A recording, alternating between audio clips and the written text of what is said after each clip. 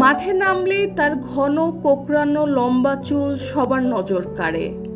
অনেকেই ভাবেন এটি বুঝি তার ফ্যাশন বা ব্যক্তিগত স্টাইল, কিন্তু বাস্তবে সেই চুলের সঙ্গে জড়িয়ে আছে একজন বাবার নিঃস্বার্থ ভালোবাসার গল্প। স্পেনের ডিফেন্ডার মার্ক কুকুরেয়া জানিয়েছেন, তিনি নিজ ইচ্ছায় নয়, বরং বড় ছেলে মাতেওর ভালোবাসার কারণেই বছরের পর বছর চুল কাটেন না। ছোটবেলায় মাত্র 3 বছর বয়সে মাতেওর অটিজমে আক্রান্ত হিসেবে শনাক্ত হয়। এরপর থেকেই ছেলের প্রতিটি অনুভূতি তার কাছে সবচেয়ে গুরুত্বপূর্ণ হয়ে ওঠে। কুকুরেয়ার বলেন, আমার ছেলে আমার লম্বা চুল খুব পছন্দ করে, তাই আমি চুল কাটি না। আমি ধনী হওয়ার চেয়ে চাইতাম আমার ছেলে সুস্থ থাকুক।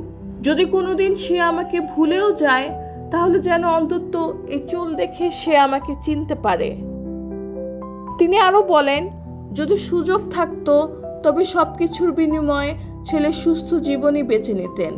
এই একটি বাক্যই যেন হাজারো বাবার মনের ভাষা।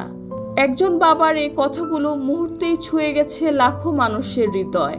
মাঠে যে লম্বা চুল কুকুরেয়ার পরিচয়ের অংশ হয়ে উঠেছে, সেটাই আসলে তার সন্তানের প্রতি নিঃশর্ত ভালোবাসা, মমতা এবং আজীবন পাশে থাকার নীরব অঙ্গীকার। রেহানা বেগম, প্রজন্ম 24।